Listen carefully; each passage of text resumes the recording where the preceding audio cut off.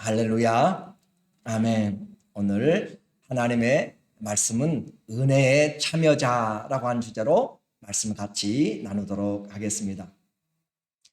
살기가 많이 힘드시죠? 걱정이 많은 세상입니다. 걱정과 염려 언제까지 해요? 죽을 때까지 한다고 했어요. 그런데 죽을 때까지 하는데 우리에게는 그 염려와 걱정을 짊어지시는 분이 있어요. 누구의 걱정이요? 우리의 걱정을, 그렇죠? 우리의 염려와 걱정을 짊어지시는 분, 날마다 우리의 짐을 지시는 주님, 너희의 수고하고 무거운 짐을 지시는 주님, 누가 짐을 져주시죠? 예수님이 우리의 짐을 져주세요. 그래서 근심 많은 세상인데 성도는 자기의 근심으로는 이제 살지 않고 우리의 염려로 허송세월하지 않고 하나님의 뜻대로 이제 하는 근심이 우리에게 있습니다. 성도들의 근심의 종류를 바꿔버렸어요. 우리의 걱정과 근심, 인생살이의 근심이 아니라 우리의 것은 그리스도에게 맡기고 주님이 우리에게 주신 교회를 위한 그 짐을 우리에게 주셨어요. 왜 그래요? 우리가 주님의 부르심을 입은 자녀이고 몸된 교회의 지체가 되었기 때문에 그렇습니다. 아무에게나 저 지나가는 어떤 그 사람에게 또 어떤 회장에게 회사를 경영하는 자에게 교회의 짐을 지라 라고 하잖아요. 누구에게 짐을 지라고 이야기해요? 주님의 몸된 교회된 성도들에게 짐을 지라 라고 이렇게 이야기하죠. 그래서 세상은 자기의 기업은 걱정할 수 있어요. 가정을 먹고 사는 거 걱정하지만 우리들에게는 특별히 걱정하는 것이 하나님의 뜻대로 한 근심은 얼마나 우리를 하나님 앞에 서게 하는가. 그래서 바울의 고백을 한번 볼게요. 고린도후서 11장 27절에 보게 되면 또 수고하며 애쓰고 여러 번 자지 못하고 줄이고 목마르며 여러 번 굶고 춥고 헐벗었노라. 이 외의 일은 고사하고 아직도 날마다 바울 안에 날마다 내 속에 눌리는 것이 있으니 곧 모든 교회를 위하여 염려하는 것이라 라고 그렇게 표현합니다. 날마다 그리스도를 위하여서 염려하는 그런 부분이 바로 바울에게 있었다라고 하는 것이죠. 그렇게 해서 우리 모두에게 진짜 염려는 그리스도 예수를 향한 염려가 될 때 아버지께 우리가 올바로 살아갈 수 있는 내용이 되는 것이에요. 그래서 그리스도 안에 우리의 염려들을 맡기라 라고 했고 우리에게는 교회의 짐을 지도록 그렇게 이야기를 했습니다. 은혜 받은 성도는 주님을 닮아갑니다. 무엇을 하면서요? 주님의 마음을 보면서 그래요.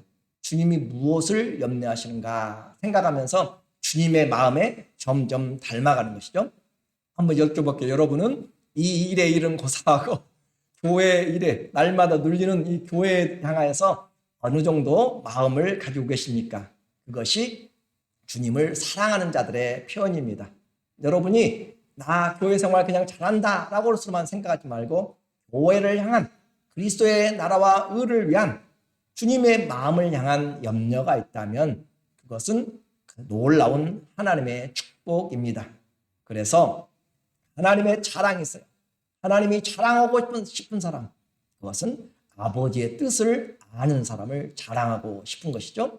그렇죠? 하나님이 자랑하고 싶은 사람, 그런 사람. 그래서 빌립보서 2장 21절에 보면은 그들이 다 자기의 일을 구하고 그리스도 예수의 일을 구하지 아니하되 사람들이 다 자기의 일을 구해요. 그런데 디모데는 그 자신이 그리스도의 일을 구하였습니다. 디모데의 연단을 너희가 아나니 자식이 아버지에게 함같이 나와 함께 복음을 위하여 수고하였느니라. 디모데는 복음을 전하다가 힘들어하는 어려움에 있는 바울을 도우면서 자식이 부모를 공경한 것 같이, 자식이 부모를 존경한 것 같이, 자식이 부모를 돕는 것 같이 모두가 다 자기 일에 바쁠 때 디모데는 주님의 일에 자신을 드렸다라고 하는 것이에요. 오늘 우리는 자기 일에 바쁜 사람들이 너무 많습니다. 왕이 초대해도 나는 그 잔치를 이미 예약해놓고도 캔슬시키면서 나는 밭을 샀으니 가봐야 되고요. 또 장가 갔으니 가봐야 되고요. 먼저 된 약속을 완전히 무시하는 것이죠. 나의 주된 근심이 무엇입니까? 성경은 계속적으로 우리의 관심을 지금 주님께로 바꾸고 있어요. 세상 살면서 예수님 믿으면서 우리는 그래요. 왜 주님 이것 안 해주세요?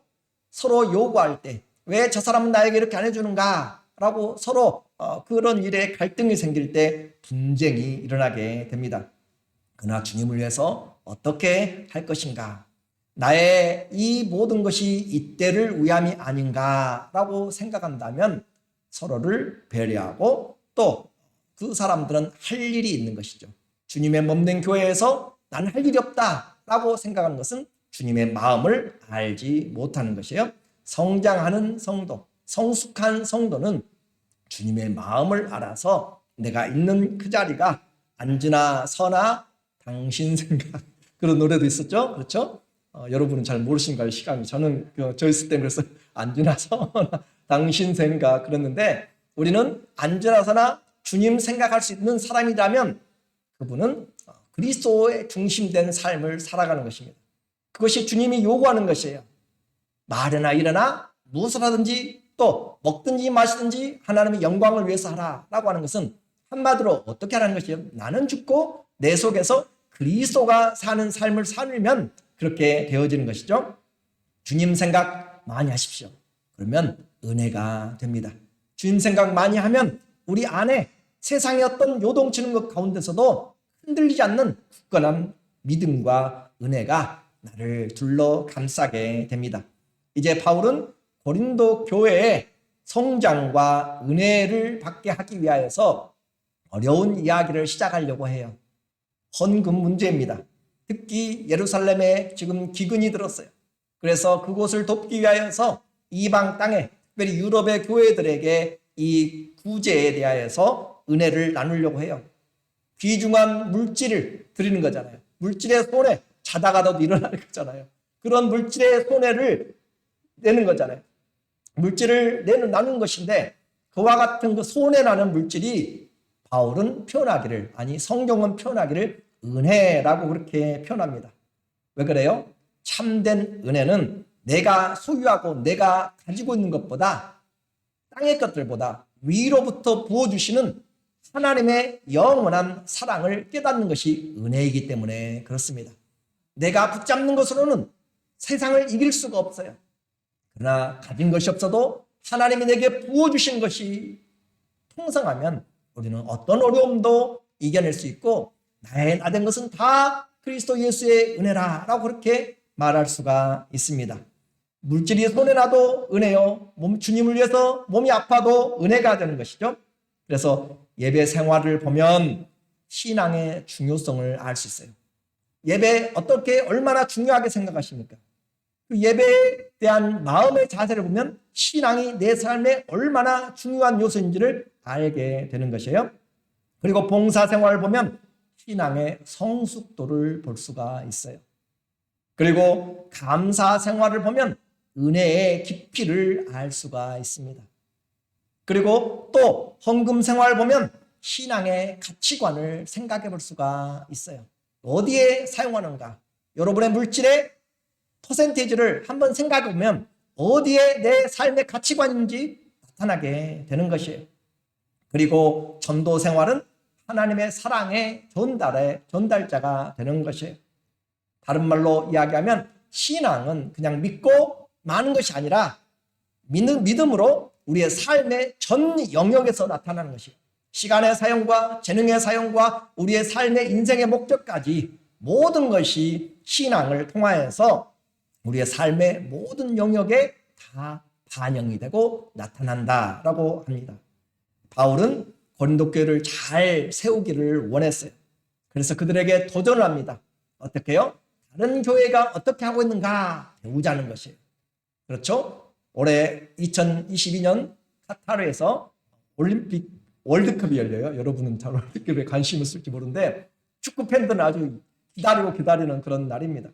그런데 그 본선에 올라간 32개국이 11월 달에 열리는 그 본선을 위해서 그 나라와 비슷한 나라들을 초청하여서 미리 평가전들을 가져요.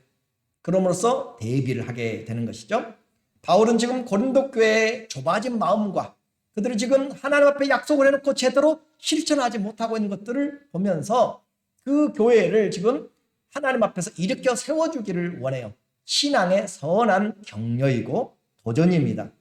그래서 침체됐던 신앙 일으켜 세우고 잘못 가고 있는 신앙 올바로 잡기 위하여서 그들에게 믿음으로 불씨를, 하나님의 말씀으로 불씨를 다시 일으켜 세우는 것으로 마게도냐의 구제 사역을 예로 들고 있습니다.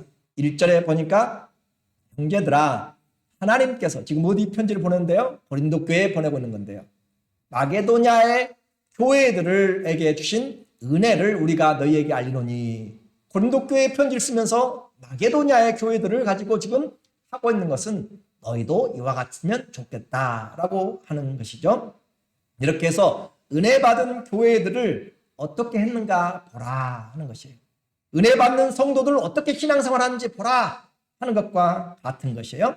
이렇게 해서 은혜 받은 성도들이 얼마나 신실하게, 얼마나 힘들고 어려워도 열정 있게 하려고 했는지, 그리고 자원하면서 좁아진 마음이 아니라 넓어진 마음으로 없는 시간 내서 하는 것이죠. 신앙생활 남아 돌아서 하는 것이 아니에요.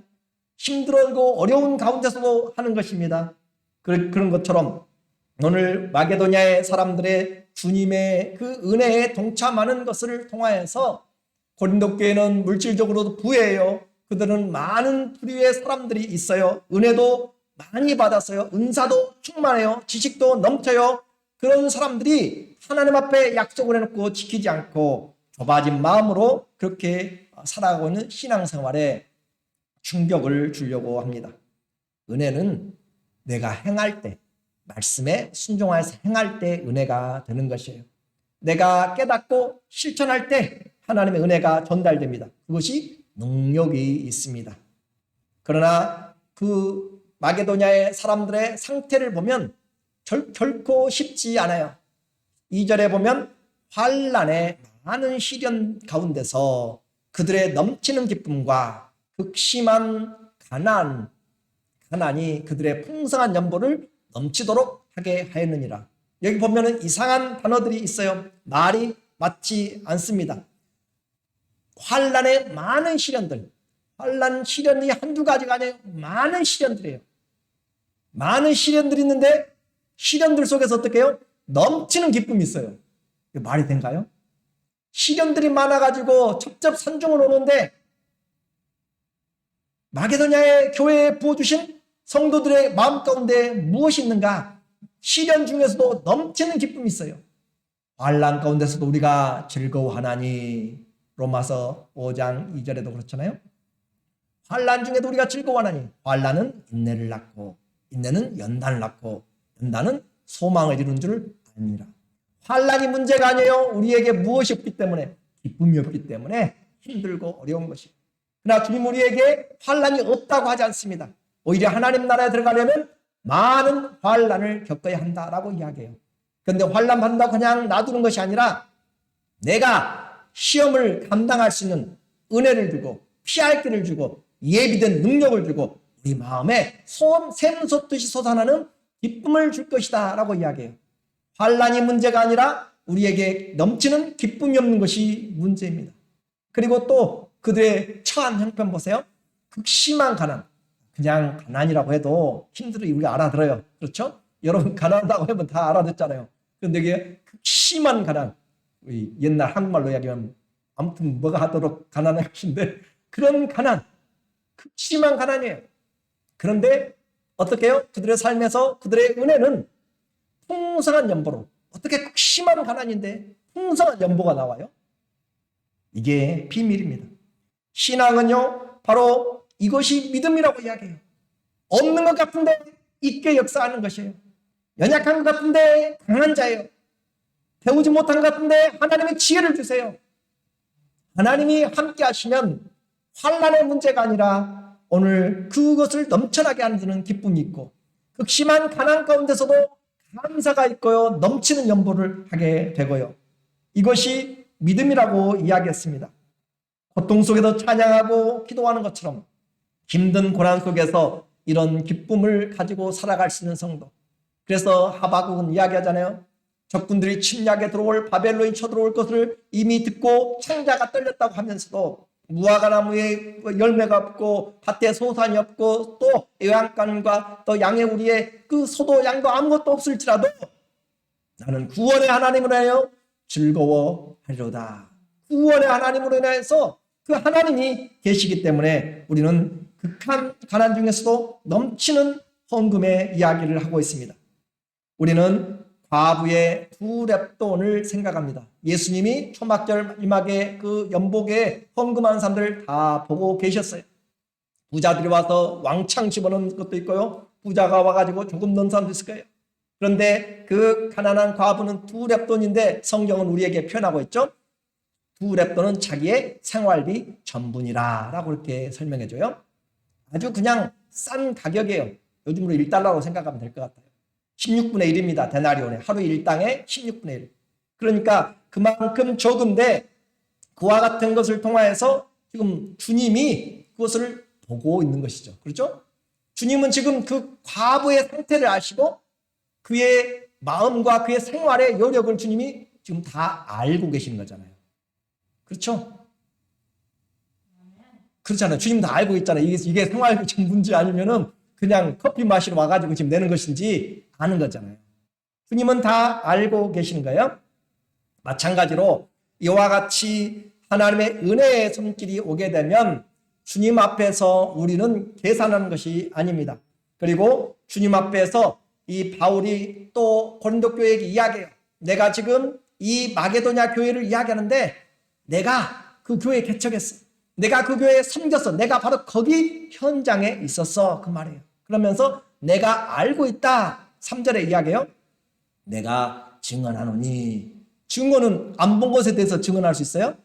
본 것에 대해서 하는 거죠. 그렇죠? 자기가 본 것에 대해서 증언하는 것이. 내가 증언하노니 그들이 어떻게 했어요? 힘대로 할 뿐만 아니라 힘에 지나도록 했다. 사도의 마음이 무너지는 거죠. 그렇잖아요. 그들이 극심한 가난인데 힘대로 할 뿐만 아니라 힘에 지나도록 그렇게 했음을 바울이 그 현장에 있었다니까요. 그 교회의 모습을 보았다니까요. 그것을 바울이 경험하면서 그렇게 바울은 성도들의 상태를 알며 그들이 어떤 상태로 살았는지 저도 우리 교회 성도들의 여러 형편들을 대강은 알아요. 밥을 굶는 형편인지 하루 벌어 하루 사는 형편인지 남은 삶이 걱정할 필요가 없을 정도로 연금이 준비되어 있는지 어느 정도는 압니다. 바울이 거기 있으면서 직접 그들의 모습을 보았어요. 지독한 가난, 심한 핍박. 그러나 그들의 그 가난과 그 많은 시련들은 참 믿음이 무엇인지를 보여주었어요. 그렇죠? 참 믿음이 무엇인지, 은혜 받은 자는 어떤 삶인지를 보여주었다라고 지금 저 멀리 마게도냐에 있는 사람들의 이야기를 지금 고린도의 이야기로 끌어와서 하고 있습니다. 우리의 섬김은 사라지는 것이 아니에요. 아벨 하나님 앞에서 죽었지만 그는 죽었지만 무엇으로 우리에게 말하고 있어요?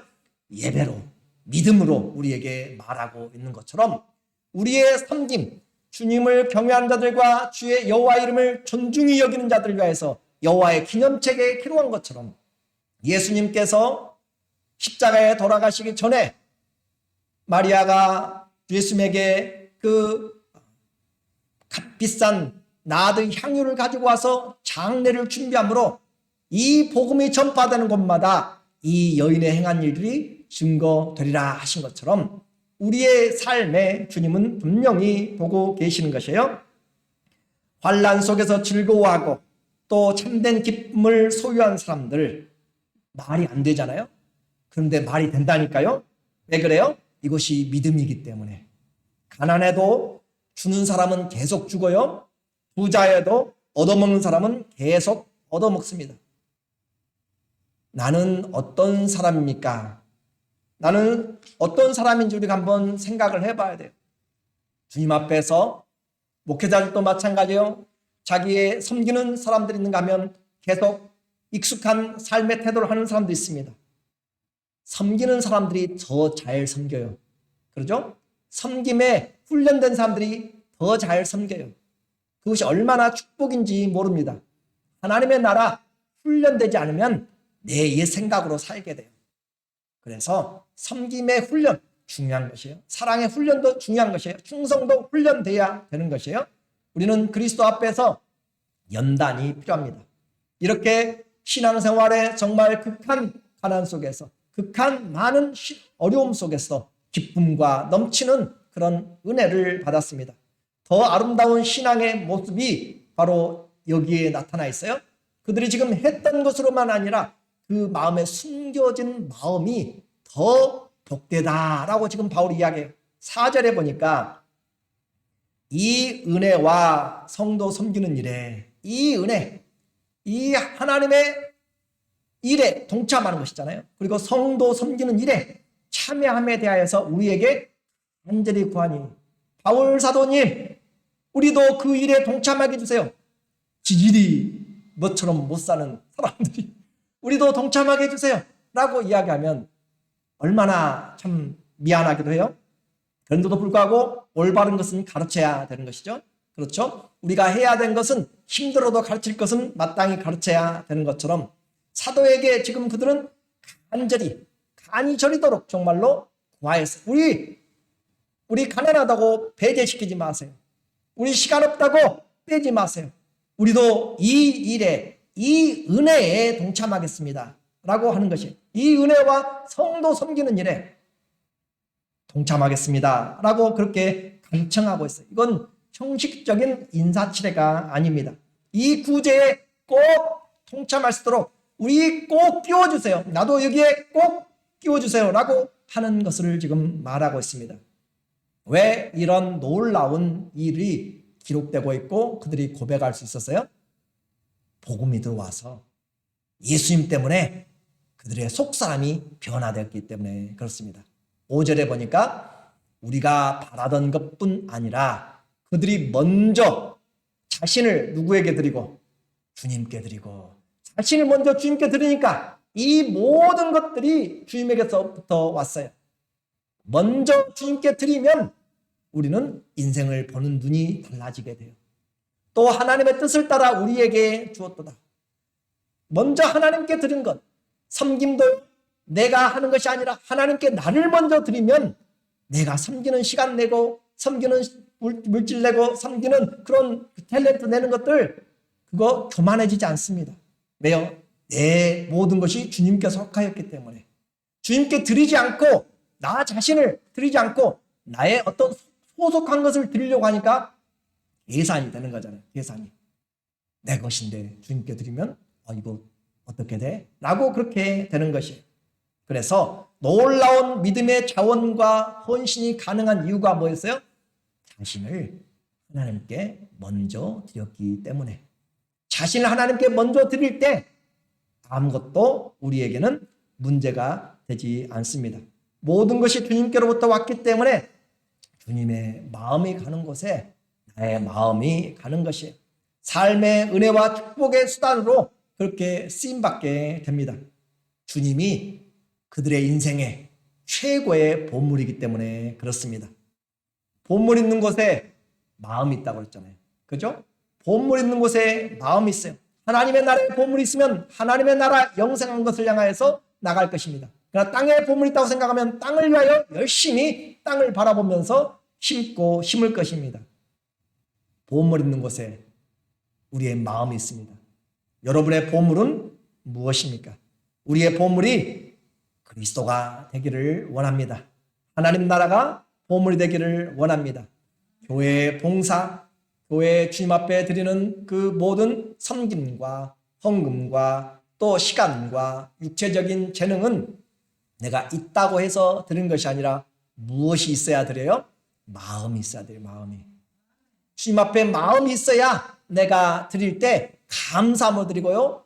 이 드린 특권이 있어서 얼마나 감사한지 몰라요. 내가 이렇게 드릴 수 있는, 내가 열심히 일해서 이렇게 하나님 앞에 구별된 것을 드릴 수 있는 그래서 여러분이 할 수 있으면 미리 주일이 지나면 월요일에 미리 준비를 하시기 바랍니다. 그러면 갈등이 없어요. 하나님 앞에 미리 드리는 훈련들, 얼마나 준비하고 감사하고 복이 넘친지 몰라요. 주님을 이렇게 마음이 있을 때 섬기면 은혜를 아는 자입니다. 하나님의 은혜를 은혜로 아는 사람들. 그러나 주님을 섬기는 것이 짐이 되고요. 어쩔 수 없이 10분의 1도 해야 되고 또 마음에 갈등이 있어서 늘 섬김에 불평이 있는 사람은 이 모든 것이 자원하는 것이 아니라 억지로 하게 되고요. 인색함으로 하게 되고요. 감사가 없게 됩니다. 결국 주님은 우리에게 말씀하세요. 심은 대로 거두리라 라고 이렇게 말씀합니다. 고린도후서 9장 6절에 이것이 곧 적게 심는 자는 적게 거두고 많이 심는 자는 많이 거둔다 하는 말이로다. 각각 그 마음에 정한 대로 할 것이요. 인색함으로나 억지로 하지 말지니 내가 많이 막 한다고 해가지고 나중에 시험 들고 그것 때문에 잠 못 자고 하지 말란 말이에요. 내 마음에 믿음이 감당할 수 있는 분량에. 그러나 인색함으로 하면서 그렇게 너무 억지로나 그렇게 하지 말고 하나님을 사랑하는 그 부분에서 우리가 감사함으로 하라. 억지로 하지 말고 인색함으로나 억지로 하지 말지니 하나님은 즐겨내는 자를 사랑하시느니라. 그 말은 기쁨으로 내는 자를 사랑하느니라.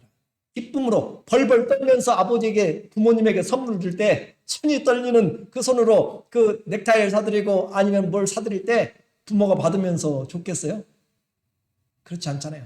기쁨으로 내가 아버지 어머니 내가 이렇게 일해서 이렇게 받아서 엄마 아빠에게 이걸 사드릴 수 있어서 기뻐요. 얼마나 감사한지 몰라요. 라고 드리면 받는 분의 마음이 감사가 있죠.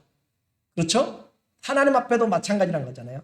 하나님은 즐겨내는 자란 말은 즐거움으로 기쁨으로 내는 자를 사랑하시느니라. 하나님의 인격의 하나님이십니다.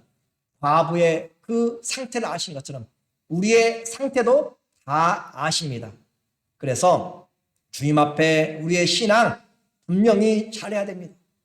교회마다요 뻔한 수입에 분에 넘치는 이렇게 헌신을 하는 사람들이 있고 많은 것을 가졌어도 물질에 인색아리만큼 믿음이 반영되지 않는 사람들이 있습니다. 섬김도 마찬가지입니다. 나는 결코 이것 밖에는 여기까지가 내 한계야 라고 생각하면서 아예 그냥 처음부터 닫아놓고 나는 이 주일만 아니면 나는 이것만 라고 그렇게 생각하면서 닫아놓고 하는 사람들이 있습니다. 그러나 주님을 섬기는 데는 좋은 일들은 열어놓아야 되고 도전이 돼야 됩니다. 이만큼 했으니 되는 것이 아니라 여기까지 했으니 내일은 더 해보자 라고 하는 것이 처음보다 나중에 더한 헤세드, 인내라고 이야기했습니다. 처음의 믿음보다 더욱 장성한 믿음으로 주님 앞에 나오라고 주님은 이야기했습니다. 우리의 삶을 보면 바울의 고백처럼 처음에는 내가 죄인이었지만 나중에 은혜를 깨닫고 보니까 내가 죄인의 괴수였다라고 그렇게 생각하는 것처럼 나 같은 사람이 구원받아서 사도가 되었고 지극히 작은 자보다 못한 내가 그리스도 예수의 교회의 일꾼이 되었다. 이 복음의 일꾼이 되었다라고 감격하면서 나타나고 있는 것처럼 하나님의 은혜는 시간이 가면 갈수록 더 깨닫게 되는 것이고 그리고 내가 받은 은혜를 어떻게 감사할 거라고 하는 것이에요. 이렇게 주님을 섬기는 데 도전이 있고 또 하나님 앞에 조금씩 한계를 높여나갈 때 5분 기도했으니까 나는 절대 5분 이상 기도 못해. 그러나 5분이 했으니까 나는 내일은 6분 도전해봐야지. 그렇게 하면서 우리의 삶에서 점점 그리스도의 중심으로 도전하게 될 때 이런 섬김은 환난 날에도 흔들리지 않습니다. 믿음에는 은퇴가 없습니다. 사랑하는 성도 여러분, 우리 믿음에는 끝까지 장성한 분량에 이르기까지 주님 닮아가는 최고의 종점은 인생의 종말이 왔을 때 최고의 종점을 찍어야 됩니다. 코로나로 인하여서 많은 교회들이 문을 닫아가고 있습니다. 성도들이 줄어들고 직장이 어려워지기 때문입니다. 누가 주님의 마음을 가지고 있는가? 우리의 교회에도 빚이 많았을 때 한 분이 전화하셔서 교회와 목사님의 걱정 하나라도 털어드리면 좋겠어서 빚을 갚는데 평생 모은 것의 많은 부분을 헌금하신 무명의 손길이 너무너무 감사합니다. 물질보다 더 감사한 것은 교회를 위해서 걱정하는 마음입니다. 나는 할 만큼 했고 주일 예배 잘 드리고 편안히 집에서 쉴 수 있는데 이 어려운 때 교회를 생각하고 목회자를 생각하니 잠이 오지 않습니다. 주님을 위해서 무엇을 할까? 믿음은 삶에서 주님 생각하면서 사는 것입니다. 은혜는 은사나 기도의 응답이나 또 다른 기적을 맛보는 것만이 아니라 하나님의 다스리심, 하나님의 뜻을 알고 섬기는 것이 은혜입니다. 그래서 주님의 일에 동참하는 것이 은혜다라고 이야기했어요. 6절에 보니까 그러므로 우리가 디도를 권하여 그가 이미 너희 가운데서 시작하였으니 이 은혜를 그대로 성취하게 하라. 디도를 보내서 너희 고린도 교회도 저 예루살렘의 사람들이 정말로 힘들다. 요즘으로 말하면 우크라이나의 그 난민들과 전쟁으로 너무 황폐화돼서 힘들다. 돕자라고 그렇게 이야기를 한 거죠. 디도가 가서 했는데 반응이 없어요. 반응이 고린도 교회가. 그래서 이야기합니다. 그 은혜를 하나님께 내주는 것인데 은혜라고 표현하고 있어요. 그 은혜를 그대로 성취하라라고 이야기합니다.